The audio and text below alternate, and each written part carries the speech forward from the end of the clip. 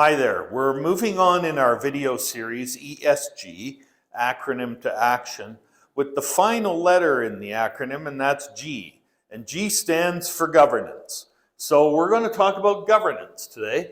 And here's a definition of governance that I came up with in my book, ESG from acronym to action.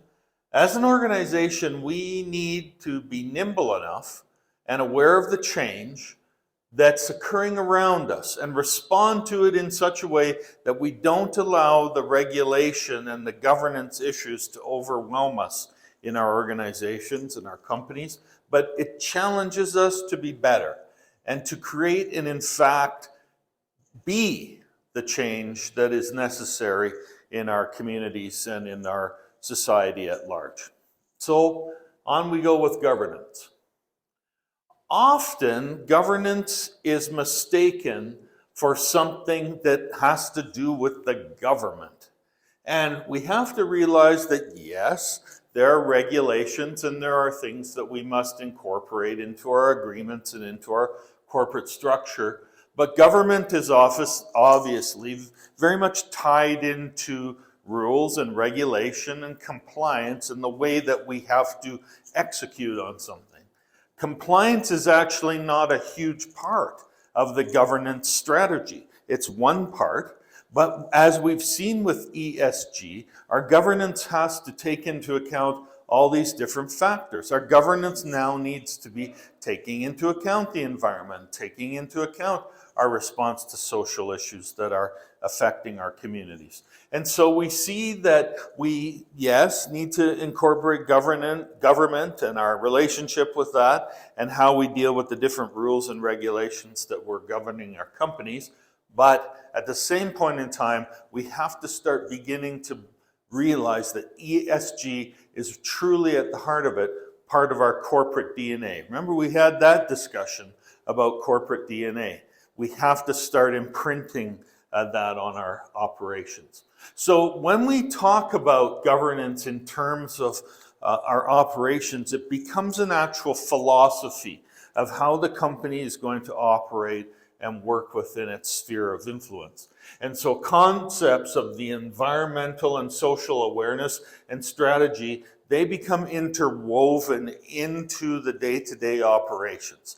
So we need to ensure that our contracts, our agreements, our documentation for our companies is reflective of this philosophy that we are going to operate under this ESG scenario. And so we have to start taking a look at this. We've discussed agreements in the past and how they have changed and evolved over time, especially when it comes to the environment and to social action.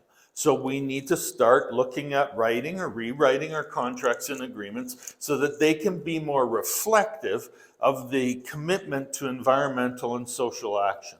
And I've put down here that the team also, it's very important, has buy-in. And one of the ways that we can accomplish this is by putting together somewhat simple, albeit it needs to be encompassing, corporate pledge. Call it whatever you'd like to call it.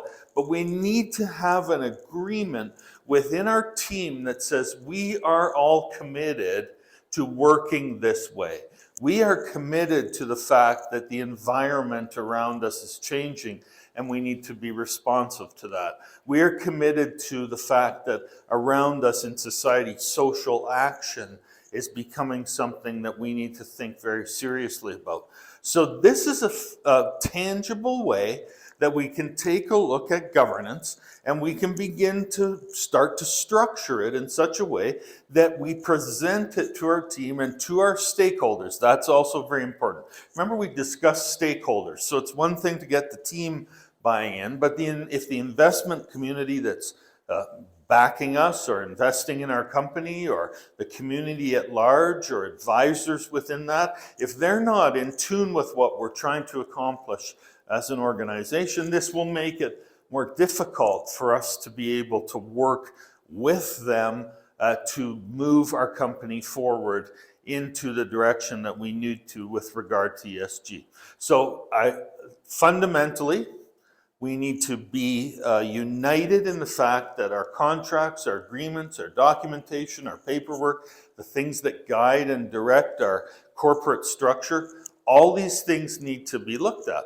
And that becomes an exercise for the company to be able to move that forward. We want to be able to do a lot of these things collaboratively, because in a collaborative process, it will ignite opportunity for the team to be part of the dynamic of growing the company with a philosophy of ESG guiding it. Now, obviously, there will need to be lawyers and different things that get involved. But if we can start to work on this as a team, it unites us in a common goal and a common vision to move towards realizing that ESG needs to become a priority in our operations. On top of that, like I said, the corporate pledge.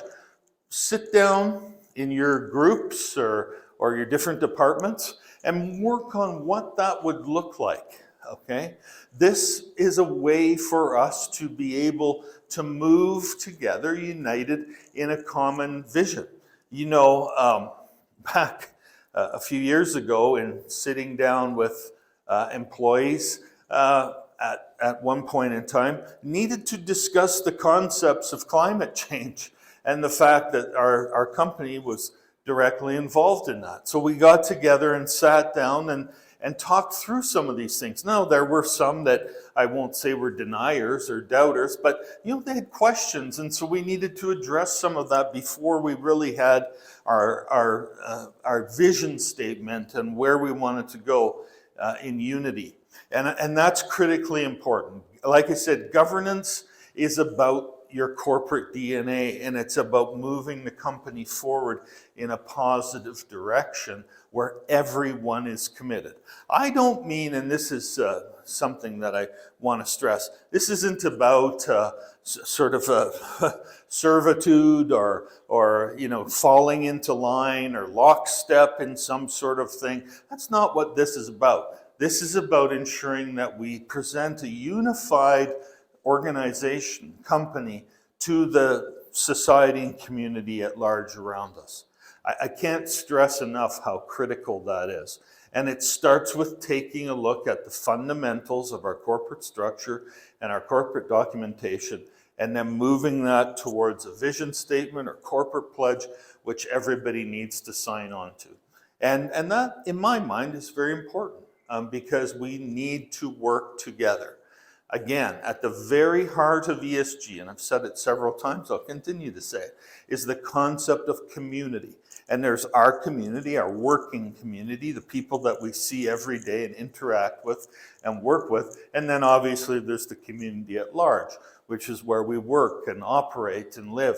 And we have responsibility to that because we all work together collaboratively to come to the successful goals and opportunities that we have. So that's where we have our discussion today about governance. Now, we're going to add a couple more videos to this and have a bit further discussion around some of the specifics. But I really wanted to address today the concept of governance and begin to plant that seed of what you can do in your organization to move acronym to action.